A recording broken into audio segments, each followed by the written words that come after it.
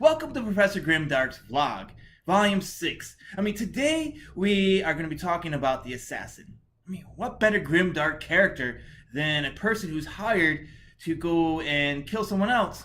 It fits into the aspects of violence, fits in the world at war. Also, the author we're going to be covering is really awesome today. He's R.J. Barker. Amazing piece. He sets up a world where at first everything looks like, oh, so this is going to be a standard Assassin's novel. They're going to have this whole aspect of showing how the assassins are trained, how they go off, and how they have to go out and secretly do their missions there without being caught.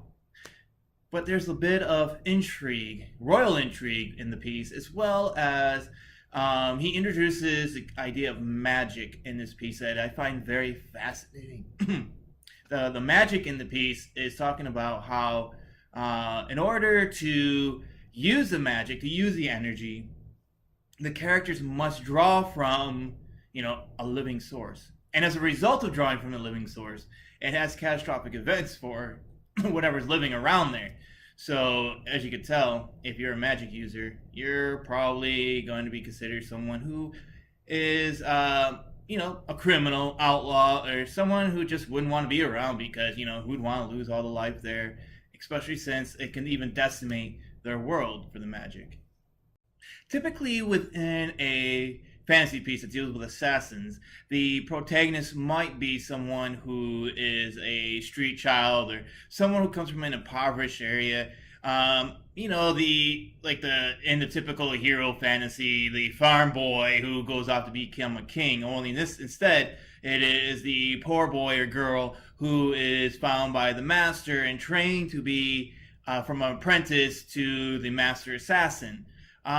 Usually they have something unique about them where they're either like a really fast learner or they have other magical gifts or something like that. What we find with RJ's character, his protagonist is Gurton. He does kind of follow along the unwanted type of character, especially since he has a unique deformity. He has a clubfoot. Now, it kind of makes you wonder, how does one become an assassin when they have a physical disability there? And that's what I found very intriguing. And the way that the character overcomes his disability is what also makes the story very exciting and unique in a way. And especially since it's also a coming of age story. Some of the grim darkness is kind of lightened on the side because the way it is a coming of age piece. And our character, Gurton, he's not especially one of those ones where you're all like, wow, this guy is just out there doing stuff for himself. And, he doesn't do that yet. In this piece, he might, he will do so as you see in later books. But like I said, we're not going to be discussing later books right now. We're focusing on where we are with the Age of Assassins. Now, what I found also was interesting in the book was the way that he structured it.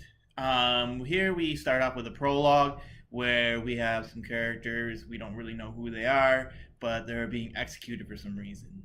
And then it moves into the character Gurton and his master. They're basically infiltrating a keep and literally have to travel through some, sewage to get up into it. And then there are some cutscenes in which we start discovering some of the flashbacks to the scene with Gurton himself. He calls them almost like dream sequences in which we, the reader, are privy to the secret history of Gurton, where he came from, and how he's trying to piece it. It seems like how he's piecing it all together, how it seems to all fit, especially since there's like this mystery around his master, how she also had this past life that we soon discover. That's part of the court intrigue. And how that they're kind of forced to protect these really not so nice people, typical grim dark people. They're just there to kind of be out there for themselves and try and survive.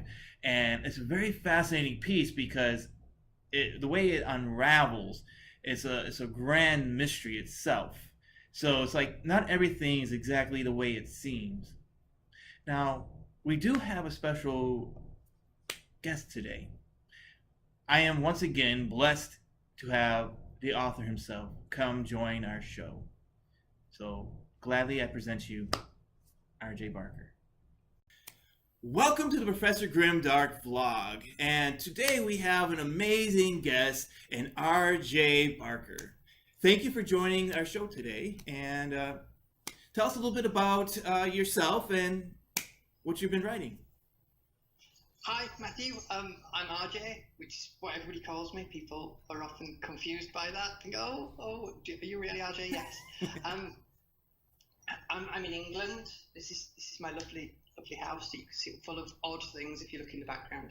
But obviously, you should be looking at me because I'm important. Yes, you are. And I write the Wounded Kingdom books, which are Age of Assassins. That's fancy arc which I'll be reading from.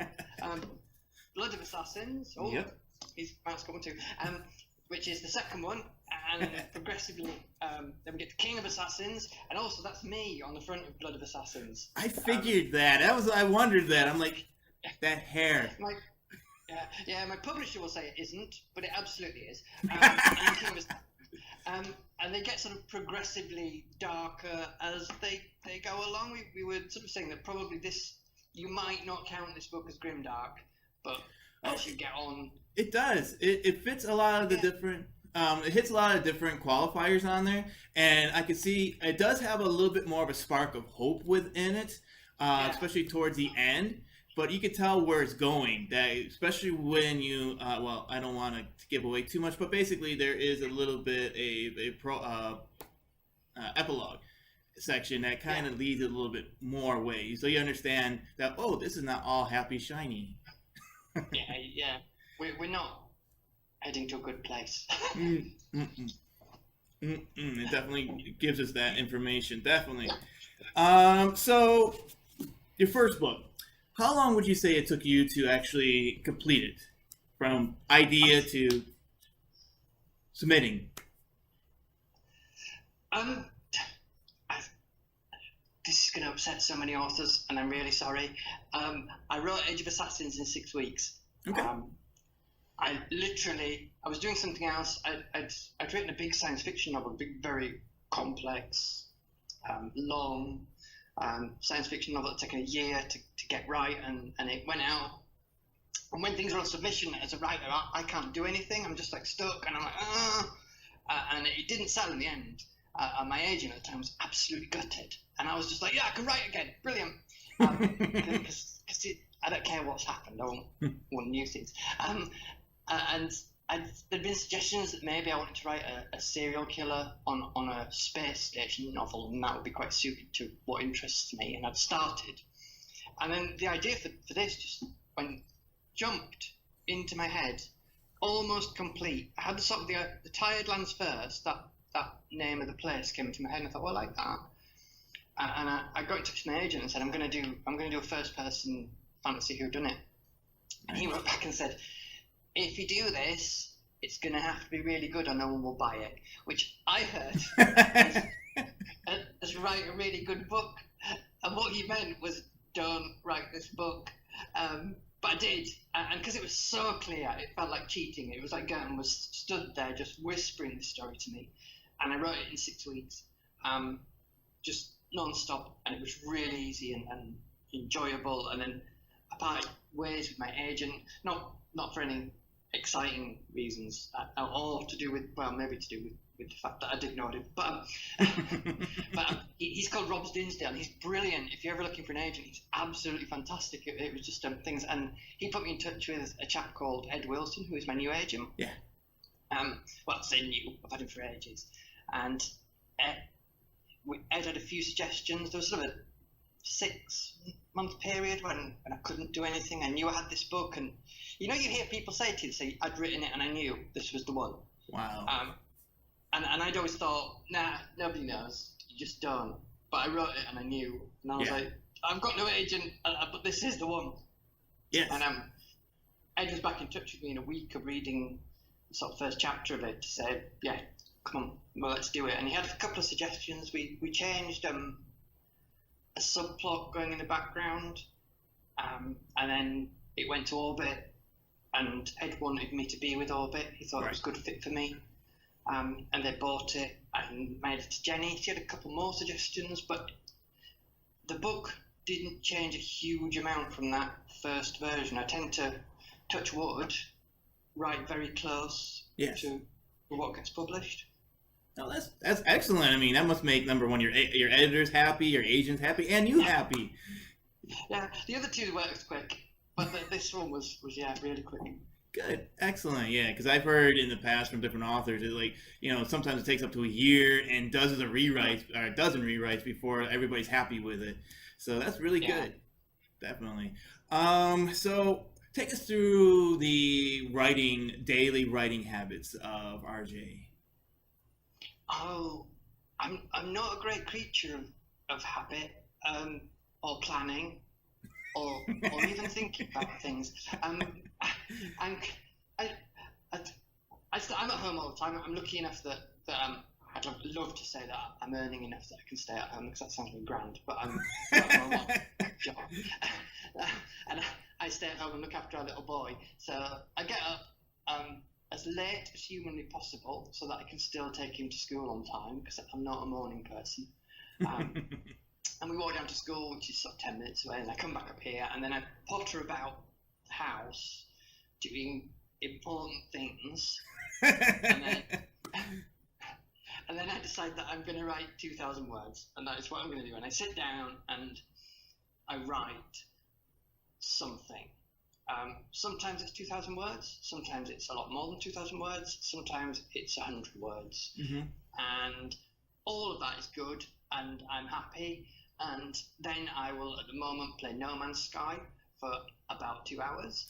And when I'm writing, I always have either the television or music with lyrics playing. I know a lot of authors use soundtracks or silence, and I can't do that. There has to be.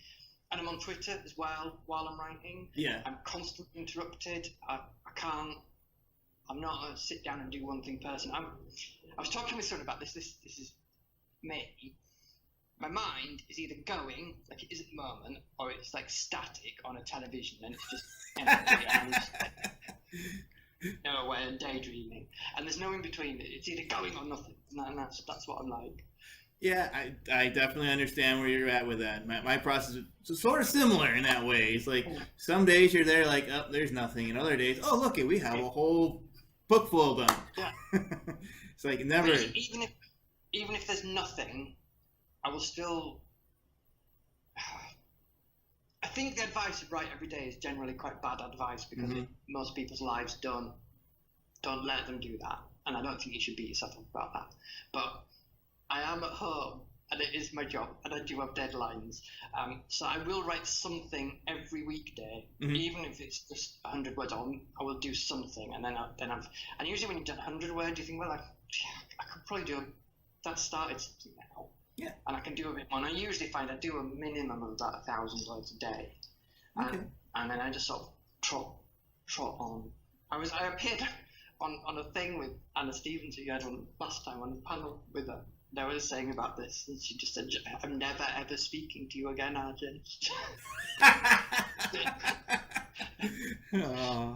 But I think the reason I can sit in, because I know a lot of people have trouble with things like writer's block or writing a lot, and I think the reason I can sit and do that is I genuinely do not care what I'm writing for my first draft. Right.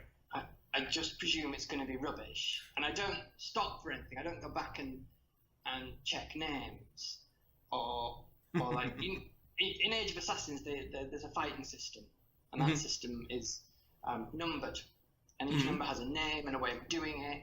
And I wrote Age of Assassins with them all in my head, didn't make any notes, and then came to Blood Assassins. I was like, oh, I've forgotten them all now. I regret that, so I had to go back and reread it and write them down. But I only did that once I'd written the whole book. Yeah. And I just put in placeholders where I move all the way through, and that's what I do. And if, as I'm going through, if I suddenly make a decision like, oh, Gerton should actually have had a pet goat, and I realise that in chapter 20, thought, oh, he should have this pet goat from chapter 3. I will just write from that point as if he does. Put a note in for me to come back to. And so it's all about finishing the first draft. And then I can swan around going, "Oh, I finished my book, yeah." To all the other writers go, "Yeah, I finished my book." As long as they don't read it, That, then that, they would know it's terrible, terrible nonsense. that is definitely key for a lot of new writers. They don't understand that the first book is not perfect. Everything is going to be messed up. It's going to be a messy slop on the page. That's why you have these things called edits and revisions and just rereading it. So, how many times would you say you reread Age of Assassins before you found it was like, where you want it to be to send it out? Um, it's quite a long time ago for Age of Assassins. I know that I read Blood of Assassins, the second one, 4 times before it went to my editor. Okay. That was how many times I went through it. The first one is literally going through putting all the spelling right, and, and every time I've written it's IT apostrophe S, realizing that I've used it incorrectly and putting that right, all those things, and that is the longest one. And that's putting in all the notes where I've said, you should have done this, and then putting those in. And the second one, that's done on my computer. Then I'll send it to my Kindle. Oh no. I'll read it on my Kindle because that's more like reading an actual book, and that's about flow. Wow. I'm not someone who does big develop. I know. I don't know if you've spoken to Ed McDonald. Ed McDonald writes very like me for the first. He just sits and writes a book, and then he takes it apart and destroys, rewrites it, and cuts massive bits. There is up until now very little of that with me. What I write tends to be very, very close again to what it's good. I'm the sort of person that I don't like doing work, so I'll make it work. I'll just think there must be a way to make this work, and then I will make it work. So that's kind of my way of doing things. Things tend to end up being quite similar. Good. But I don't know with my new one. That's a different thing. But yeah, I've completely lost where I was going. I'm sure it was going to be very interesting as well. But anyway, yes, that's I'm writing, and I just sit and write, and I second time's my Kindle. Yeah. Second time Kindle. That's also about, how do I describe this? I want to say synesthesia, but I don't have synesthesia. Yeah. Everything for me is done by feel. Right. And everything about the book is how the sentences feel to me. I'm never thinking, should a comma go there? Right. I'm thinking, what I'm thinking is this sentence round or is it square? If it's square, wrong. If it's round, it's right. And that's the sort of process of going through it. And it's not.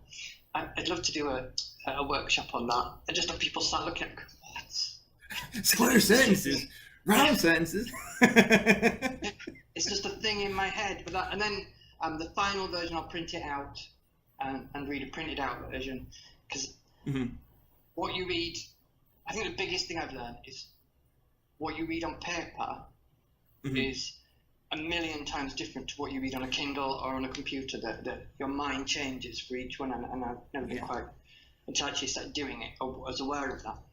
Yeah, that makes sense there, and I kind of get where you're going with the way the sentences feel there, because I know in your background you were a musician, and it's like feeling the notes out and feeling the song out.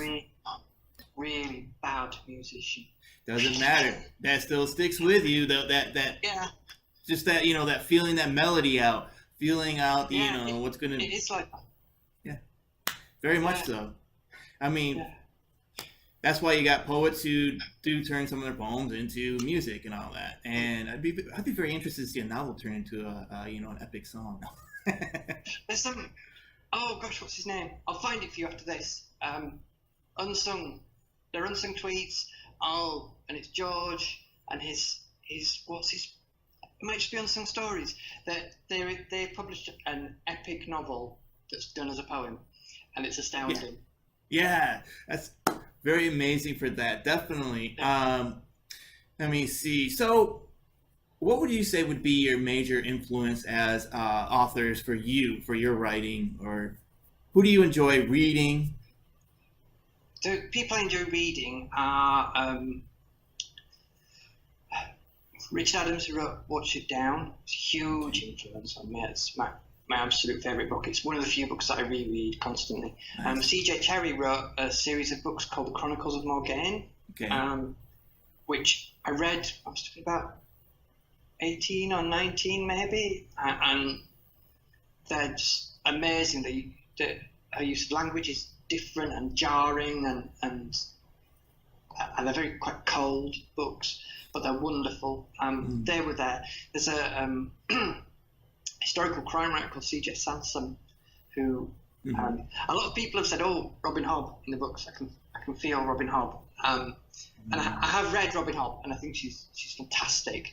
But what people are saying they think is they're feeling Robin Hobb is actually C.J. Sansom. He wrote a book, the Shard Lake books, which are about a hunchback lawyer. Yeah, and there's this kind of sadness, this hopeful sadness, but you know it's going to go wrong for him, and that was a huge influence. And then a lot of modern American crime writers like Robert Crace, who I absolutely love, and Harlan Coben, James Lee Burke, who writes the most beautiful prose. It's just heartbreaking. And he also writes books where there is this feeling of impending violence. You know it's coming, and maybe the people who are going to be doing it don't want it, but it's going to happen. Yeah. And his Blood of Assassins is much more influenced by that sort of thing, because there's a whole metaphor of the storm that is gathering in Blood of Assassins, which is kind of obvious. Oh, look, there's a big battle coming, and a storm.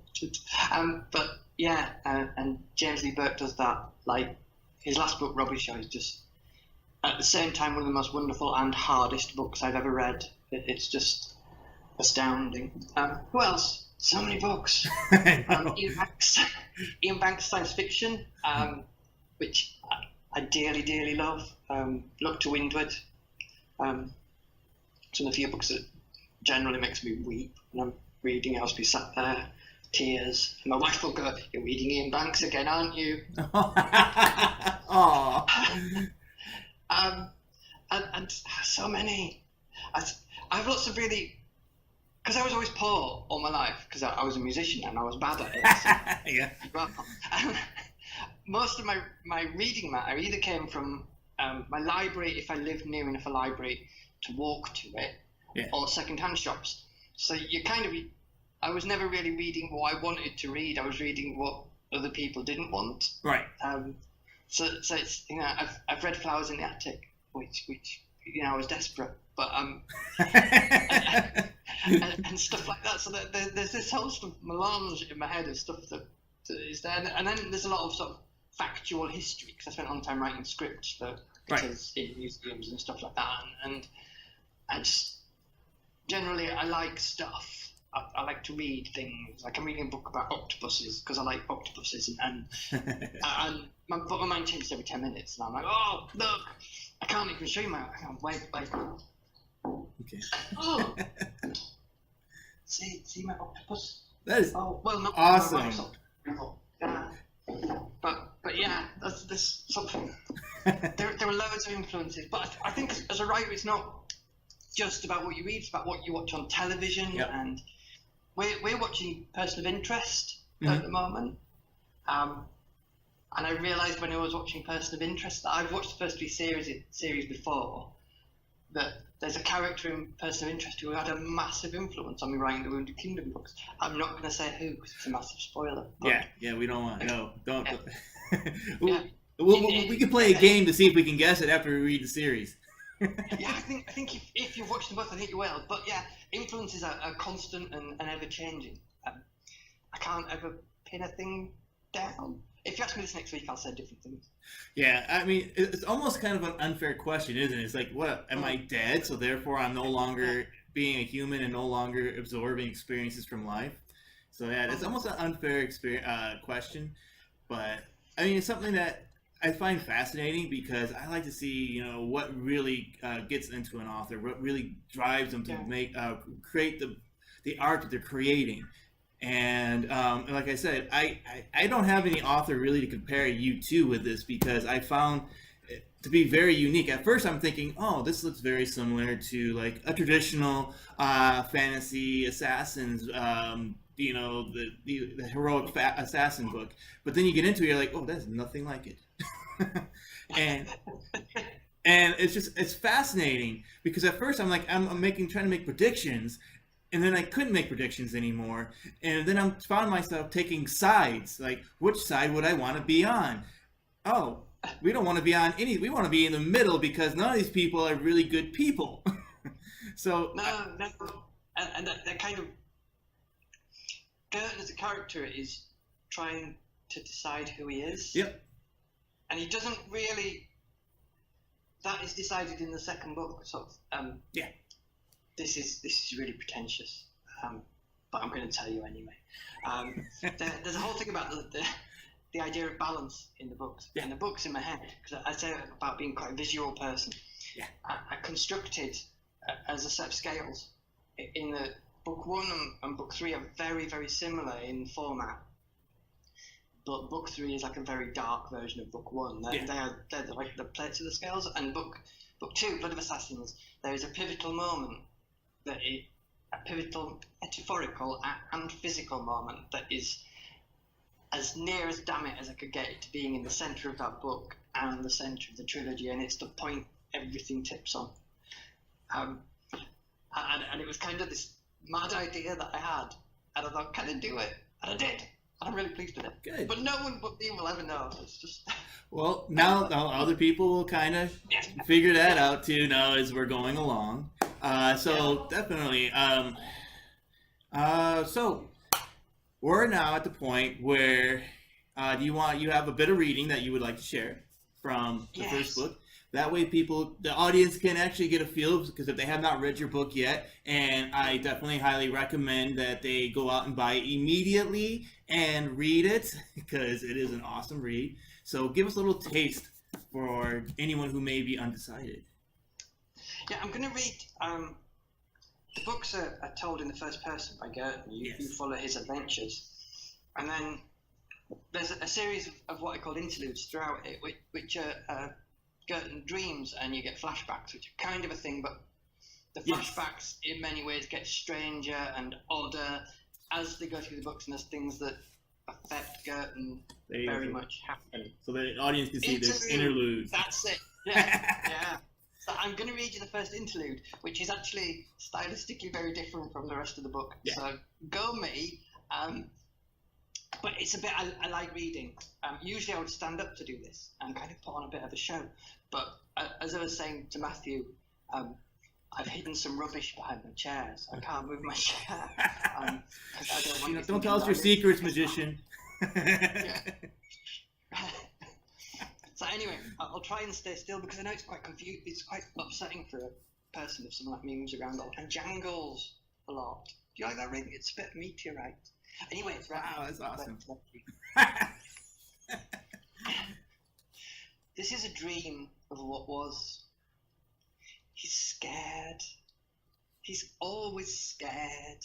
Today, he's more scared than he has ever been, because today everything changed. His life, though it is settled and ordered, is not good, and it has never been good, but he has never known any other life, so he does not know his life is not good. He only exists. Slave father is quick with his whip, and the boy fears the whip, but are not all children whipped? And because he's crippled, he's always the last to be fed, always the smallest and hungriest of the slave pack. But is that not right? He is worth the least to slave father, so his life is hardest. He will not even make back his investment, and maybe they will use him to train the war dogs. He does not know what an investment is, but he knows it is important to be able to make one, and that he cannot. There are other children in the flock, and they share an existence. They play in the same runs, sleep on the same sacks in the same corners, they eat the same meagre food at the same time every day. He's surrounded by people he knows. He knows which ones to avoid and which ones are safe to be around. He knows that if you escape, the slavers will let the dogs rip you apart while the other children watch and scream. He even has friends. White hair and blue eyes. He is content. There is comfort in routine, comfort in what he knows, comfort in the unchanging cycle of his life and the bars between him and the dogs. But everything is changing. And now He is scared. They're split into boys and girls, and Blue Eyes cries for him when she's being taken away and loaded into a cart with high wooden sides. You can hear her shouting for him over the excited yapping of the dogs. Clubfoot! Clubfoot! Even after Sledfather screams at her to stop, she carries on until the cart is out of sight. Clubfoot! They never whip the girls, or the prettiest boys. He does not know why. In the boys' cart he sits with Whitehair, but they do not talk. They hold hands. As the crowded cart sways, it makes some of the other boys sick, and the air is thick with the sweet smell of vomit, and that makes more boys sick, and by the time the journey is finished, they're all covered in each other's sick. Men throw barrels of cold water over them. Big men, strange men who pull them from the cart, strip them and give them sacks with holes cut for heads and arms to wear. He cannot see Sledfather, and that makes him feel strange, like a flying lizard is trapped inside him with its wings fluttering against his ribcage. He worries because the flying lizards are delicate and their wings break easily. Does not like to hurt things. He finds his friend, Whitehair, and they grasp the hands so tightly it's hard to believe they will ever be separated. But they are. One of the big men tears them apart as if they're nothing but straw dolls. He walks away with Whitehair, pulling the small boy along by the top of his arm in a way that is obviously painful. Clubfoot! Clubfoot! Whitehair can barely say his name for crying, but the big man does not care. They're not mean, the men. They're not deliberately cruel. They do not want to hurt them, but they do not want to not hurt them either. They treat the boys as if they're nothing more than sacks of grain rather than sacks of boy. And one by one they vanish. The children he has grown up with, huddled with in the cold of year's death, starved with in lean times and fought with constantly for enough to eat. One by one they are gone and he does not know where. He cannot see over the wooden walls. Maybe they are being eaten, like the dead were eaten. Eventually, when the sun is going down and the high walls are throwing a cold shadow over him, it's his turn. A man takes him by the upper arm and drags him along through the dirt. The man smells of sweat. He takes him down a corridor in the high wooden walls. Someone has been sick halfway down it. From the corridor he is taken out into a place like no other he has ever seen. The low, hot sun makes him squint and he raises a thin arm to shield his eyes. Adults fill his vision. So many adults, more adults than he has fingers and toes. Then he sees the space beyond them, so much space. He tries to run back to the walls. The space is huge, impossibly huge. He can see further than he has ever managed could exist. A never-ending plain of yellow earth and sky the colour of piss. It presses down on him. It is a giant hand pushing him to the ground and drowning him in liquid fear. But man does not care about scared boys. He does not even notice scared boys, and he continues to drag him forward. They go up some wooden stairs onto a small platform, and he's lifted up onto a small box garlanded with straw dolls. A rope is passed around his middle, and they use the rope to hoist him up in the air. That is when he starts to scream and to kick and to wriggle. A small crowd of people watch as the momentum of his terror causes him to spin round and round on the rope. He sees all around, in all directions, the land is flat and dead, like the carcass of an insect left to dry out in the sun. Dust blows in great curling clouds, and it gets in his eyes, so he sees the world through a lens of tears and hurt. Despite the heat, all the adults are wrapped in thick woolen cloaks with bright geometric designs on them. A man starts to speak, and the words filter through his screaming and shouting. Last lots! I know he's a cripple, but as you can see, he's got plenty of fight in him. Bright too, from what I've heard. An angry wind pushes flapping triangles of blanket away from the bodies of those gathered. Members of the crowd start to drift away in ones and twos. 10 bits! 10 bits for a boy, I'll take 10 bits for a boy. The man sings it out in a deep baritone. When there are no replies, he drops the tone. 8 bits! 8 bits for a boy, 5. 5 bits for this boy, 5 bits for this boy, and we can all go home. A pause, where the wind begins to howl. Small bits of wood and bones from food cartwheel across the dirt between a few woebegone tents. Come on. Any less than 5 bits, and I'm better off selling into the swillers as animal feed. A pause. Then the man sings out again. 3 bits! 3 bits and I'll break even. No, then the swillers' pigs will eat well tonight. Does he have a name?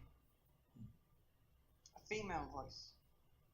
He stopped squirming and screaming in shock. He did not know girls became adults. And to ask his name. No adult has ever even hinted they may have a name for him. We don't name goods, says the man. You want 3 for him, she shouts. Aye, 3 we ask. Then 5, she says. I will pay 5 bits for him.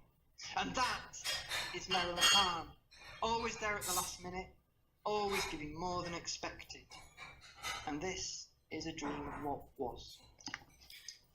It's amazing. I love how that you were able to capture his, especially the youthful voice and the confusion that he has at that moment, and it came across to us as readers where we feel his pain and his confusion in there, and that's one of the moments I'm like, wow, this book is totally different from anything that I have read myself, and that innocence that is about to be lost.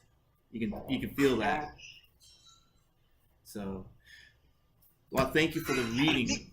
I mean, definitely. What in that scene? Is there something like some sort of like experience that you may have had that helped drive that scene, or? Yes and no. I've never been sold as a slave. No, well, yeah, obviously. But I think we've all been scared, and we've not really talked about Merrill Khan, which I think the thing that drives these books is this relationship between him, Girton, who is being sold there, and Merrill Khan, who buys him. And she's not his parent, but she is his parent. And one of the things that was behind these books is right. I became my boy's 8 now, but she is the avatar of that fierce parental love that you have for your child, in that she is like a lioness, right? And she will protect him, and that seems to show you that at that moment there was something important about him, her, for some reason, right? And we don't know what at that point. Oh yeah, but that was kind of what I wanted, and to get across.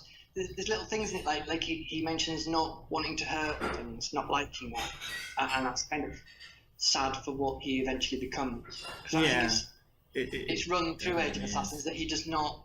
This is not what he would choose. Yeah. Well, just want to thank you for the reading, and well, here's your opportunity. Is there any where can we like your social media that you want to plug right now? Anything that you want to tell the readers where to find you so that they can see more of your work and follow you? You can find my books in all good bookshops. If it doesn't have them in, clearly it's not a good bookshop. You should tell them and say, you're failing in your job. Don't say that I said that to them. I'm on Twitter a lot. I have the stupidest Twitter name. It's Gilbert Dreaming, if you search for RJ Barker, you will find me. I think there's only me, but my Twitter is at DEDBUTDRMNG. I have a website that is rjbarker.co.uk or .com, and there's like contact me stuff on there. Yeah, and I'll make sure at the end I'll put where to put your links to, so that way people can go and find them. So I'll have that available. And so one last question before I let you get on with the rest of your evening. Right, it's evening there, something like that, right? It is. It's 5 o'clock here. It's quite dark as well. We've got a really foreboding sky, which I thought was quite good to talk about Professor Grimdark. So, what would be one character in your the first book? Let's go with the first book since we've been discussing that one, The Age of Assassins, that you would not want to meet in a dark alley. Now, you told me you were asked this. I've been thinking about it ever since. and it's harder to answer partly because I know what happens to them later on, and I know the thought process of who they are, but they're not particularly bad people. They do things for their motivation is power. Yeah. And if they met me in an alley, they would not care about me because there would be nothing I could do for them. But if I'd done something a bit bad, it, I wouldn't want to meet Verila Khan because she's definitely the most dangerous person in the book. Yeah. And she. No, I say that like, yes, of course I'm quick. Yeah, no, I wouldn't want to meet a cat from the book. I'm quite easy to kill. But yeah, and possibly I wouldn't. There's a point in the book where I wouldn't want to meet Girton because he's kind of not really thinking right, and everyone's in trouble. But the Black Sorcerer. Oh yeah. Who was mentioned in the Black Sorcerer was mentioned in the prologue. He's quite angry. Oh, wow, that's right. That's a lot of people. You're like nobody. I wouldn't want to meet nobody. Yeah. Everyone has. It's really weird because every so often I'll see a review of Age of Assassins that'll say, I knew what was going on in this book from the beginning. And kind of partly you're meant to, because I want you to be ahead of Girton. He's not a particularly good detective. And I want you to have that frustration to go, oh God, can you not see what's happening? But partly you don't, because you don't really know what's happening in Age of Assassins until you finish King of Assassins. Right. So my dog's barking in the background. I don't know what they're barking at, but there you go. You're introduced to our puppies now.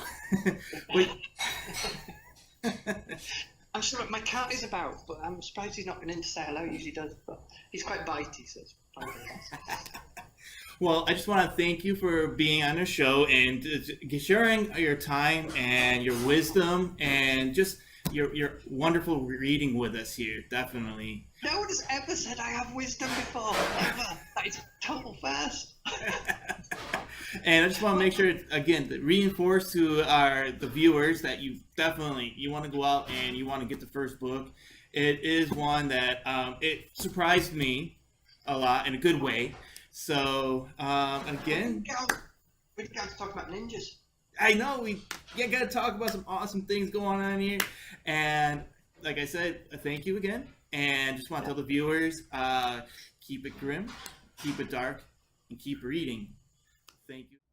If you love the Professor Grimdark vlog and you want to find a way to support, well, I have a shop in which you can buy yourself your own Professor Grimdark swag. Well, for example, we do have the official mug of the Professor Grimdark show. And by the way, this is an awesome mug. I got one for myself and one for my wife. She had tea in it this morning and really enjoyed it. There are shirts you can get. There are stickers, etc. So go ahead, check it out. Once again, I thank you for being an amazing viewer. I do have some works coming out. They're coming out in an anthology. We'll talk about more of that later on, especially since one of the anthologies I'm kind of excited about, especially since it's been released. It's called the Blackest Night Trilogy.